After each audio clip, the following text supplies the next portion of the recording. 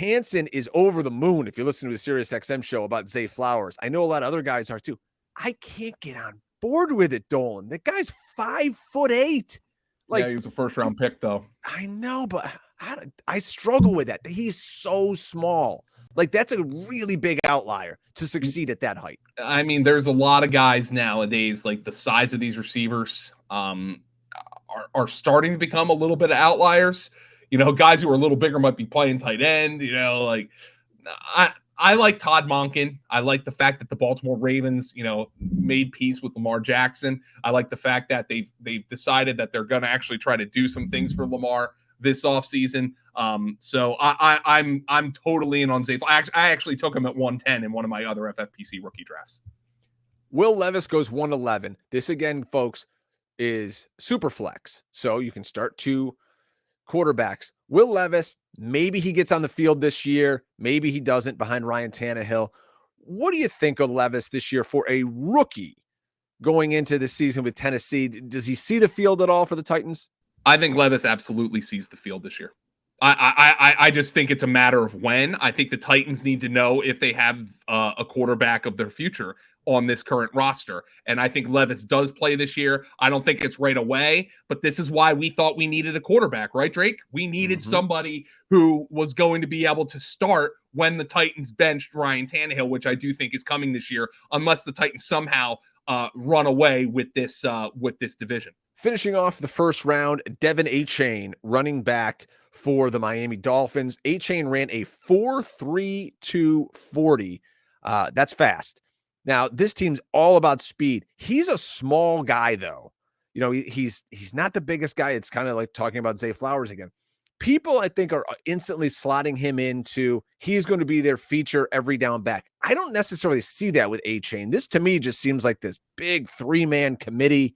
And, you know, they're going to use each guy, you know, the flavor of the week kind of thing. You're going to get 5 carries. You're going to get 5. You're going to get 5.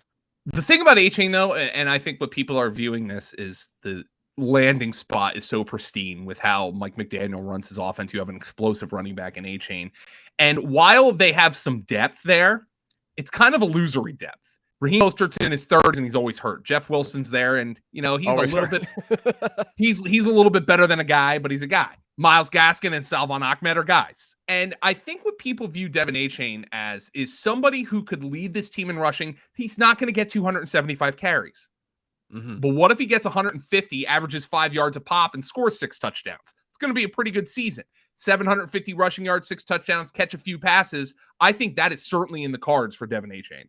So I don't know how I feel about him as a first-round pick, but I think it just speaks to kind of how weak the first round was in general of rookie drafts this year, outside of the top of Superflex drafts. Not a guy I'm excited about with the first round pick. Look, Will Levis is a first round pick in Superflex Dynasty, and he was a second.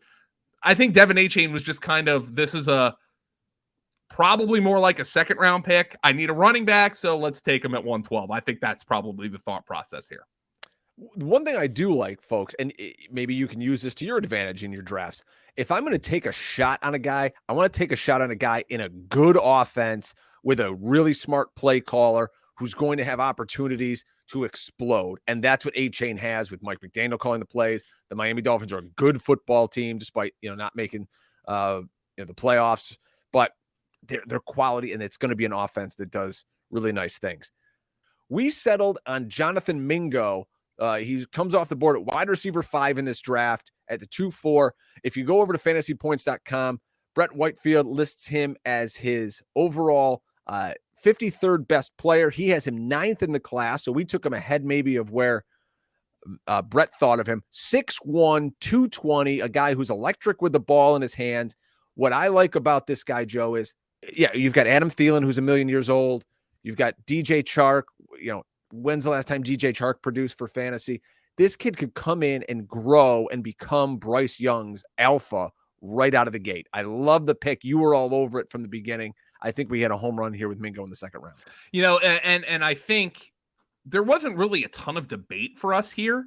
Mm-hmm. I think the other two would be maybe the irony being two receivers who went like 8 picks later. Marvin Mims, who our guy Scott Barrett loved, and Rashee Rice, who obviously has the landing spot with Patrick Mahomes. Combined with opportunity and draft capital, Jonathan Mingo was the 39th overall pick of the draft. So there is a decent chance Carolina had a first-round grade on him. Mm-hmm. And again, DJ Chark, they got rid of DJ Moore. They got really not a whole lot at the tight end position. I think there's an opportunity, a chance Jonathan Mingo leads his team in receiving as a rookie. That's good enough for me.